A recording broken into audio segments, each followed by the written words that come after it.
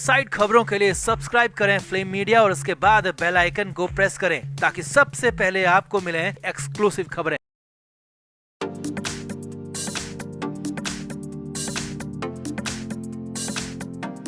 सुशांत सिंह राजपूत के केस में सिद्धार्थ पिठानी वो शख्स है, वो आरोपी है जिस पर सबसे ज्यादा शक है, पहले दिन से सबसे ज्यादा आरोपों के घेरे में रहा। लेकिन इसे पिठानी की चालाकी और शातिरी ही कहेंगे कि सुशांत के जाने के करीब 1 साल बाद पिठानी को गिरफ्तार किया जा सका और करीब 1 साल बाद ही सिद्धार्थ पिठानी को सुशांत केस में आरोपी भी बनाया जा सका। अब पिठानी को पकड़कर जेल में डालकर एनसीबी को लग रहा था कि अब पिठानी के पैंतरे खत्म हो गए और अब केस सीधे सीधे आगे बढ़ेगा, गुनहगारों को सजा मिलेगी। और ऐसा ही कुछ सुशांत के फैंस और चाहने वालों को भी लग रहा था, मगर ऐसा है नहीं। जी हाँ, पिठानी ने फिर से पैंतरा मारा। शादी के नाम पर 10 दिन की राहत भी कोर्ट से ले ली। अब हालांकि पिठानी को जमानत तो नहीं मिली, लेकिन पैरोल के नाम पर वो 10 दिन के लिए जेल से बाहर आएगा। अब जेल से बाहर आकर पिठानी भाग सकता है, सबूतों को खत्म कर सकता है, इसका अंदाजा कई दिन से लगाया जा रहा था। लेकिन अब तो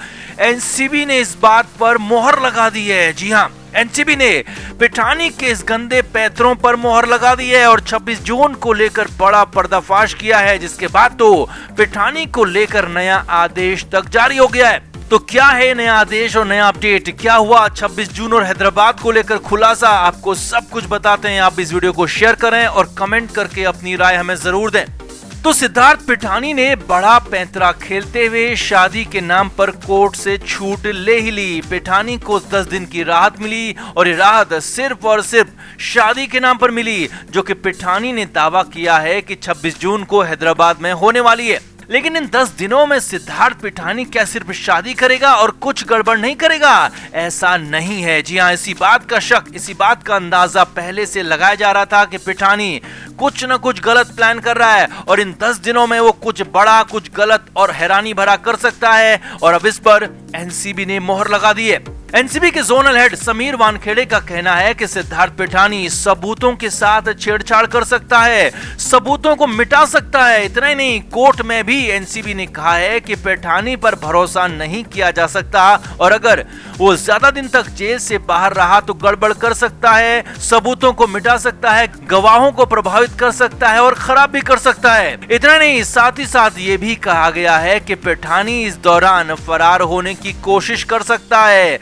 और अगर पिठानी फरार हो गया तो फिर तो सुशांत केस को बहुत बड़ा झटका लग सकता है।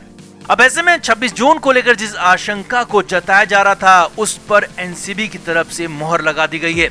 लेकिन साथ ही साथ 26 जून हैदराबाद और पिठानी की रिहाई को लेकर एनसीबी ने भी बड़ा प्लान बना लिया है।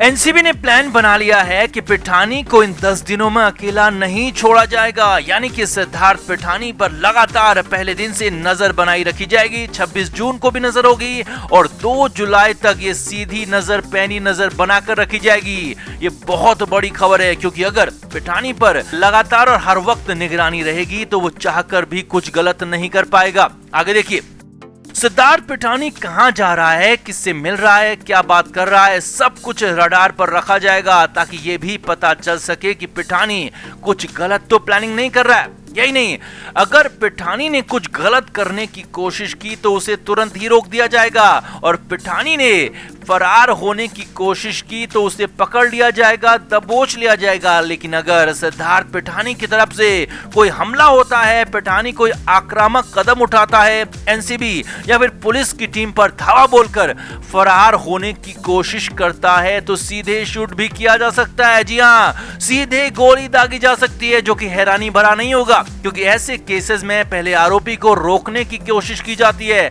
और अगर आरोपी रुकने के बजाय भागने और सुरक्षा कर्मियों पर ही हमला करने लगता है, कोशिश करता है, तो ऐसी कंडीशन में सीधे गोली दाग दी जाती है। और यहाँ भी वही कुछ सिद्धार्थ पिठानी के साथ भी हो सकता है। तो कुल मिलाकर अपडेट यह है कि पिठानी का प्लान शादी के अलावा भी बहुत कुछ हो सकता है और इसकी भनक एनसीबी को लग चुकी है और एनसीबी ने इसका अंदेशा कोर्ट में भी जताया है कि पिठानी जेल से बाहर आकर कुछ गलत कर सकता है और इसीलिए एनसीबी ने भी इसके लिए पूरी प्लानिंग तैयारी कर ली है। और अगर पिठानी ने गलत किया तो उस पर तीखा एक्शन होगा, बड़ा एक्शन होगा, जो कि सुशांत सिंह राजपूत के लिए भी सीधा सीधा जस्टिस होगा ऑन द स्पॉट। तो आपका इस बड़े अपडेट पर क्या कहना है कमेंट करके बताएं और वीडियो को शेयर भी करें।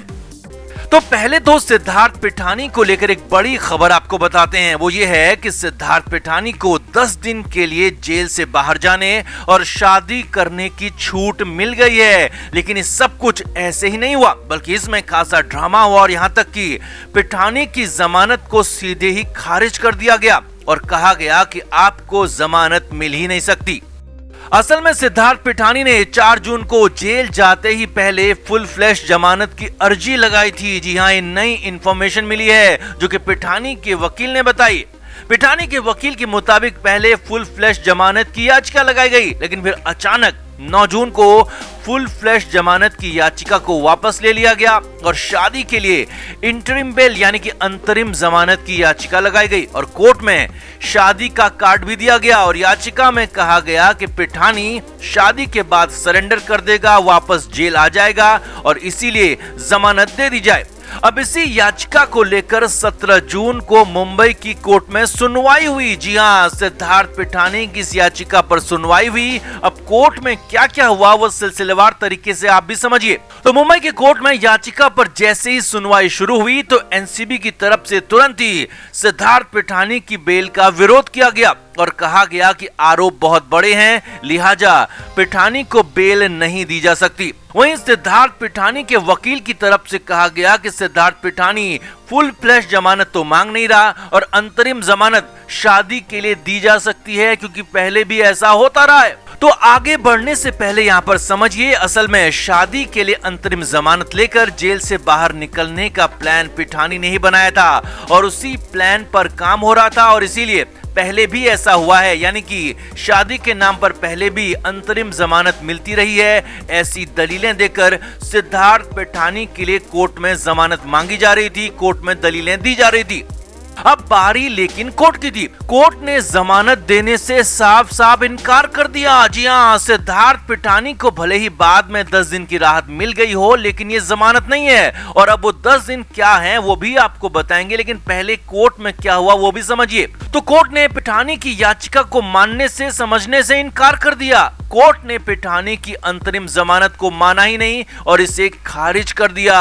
कोर्ट ने पिठानी और उसके वकीलों की दलीलों को नहीं माना और साफ साफ कहा कि ऐसे गंभीर आरोपों में जमानत दे ही नहीं सकते क्योंकि इससे केस पर बड़ा फर्क पड़ेगा, लिहाजा जमानत नहीं दी जा सकती और आप अपनी जमानत याचिका को लेकर यहां से निकल जाएं। अब यहाँ पर पिठानी और उसके वकील की हालत खराब हो गई क्योंकि उन्हें अपने प्लान पर पूरा भरोसा था। उन्हें लग रहा था कि शादी के नाम पर तो जमानत मिल ही जाएगी, लेकिन ऐसा हुआ नहीं और कोर्ट ने जमानत की याचिका खारिज कर दी। Flame media report.